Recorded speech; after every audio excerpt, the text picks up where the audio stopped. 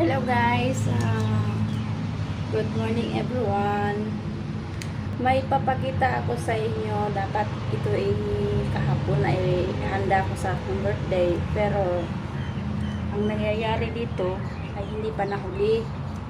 Hindi pa nahuli si Manok. Kasi naglagay pa lang ako ng paon kagabi.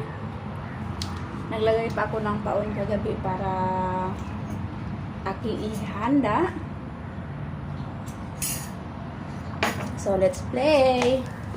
Tingnan natin yung ating manok na pwedeng katayin. Kaso lang guys, ang nangyayari dito ay natakot yung mga anak ng amo ko nang dahil manok nga talaga. Let's play. Tingnan natin yung manok. Nandito po ako sa labas kasi nilagay ko ito kagabi. Paon daw, paon. So pag tingin ko pa lang sa sliding window, ayan guys. Ayan ang sliding window. Okay? So may nakita akong manok. Ayan guys. Ayan guys, manok. Ayan. Manok yung paon sa loob.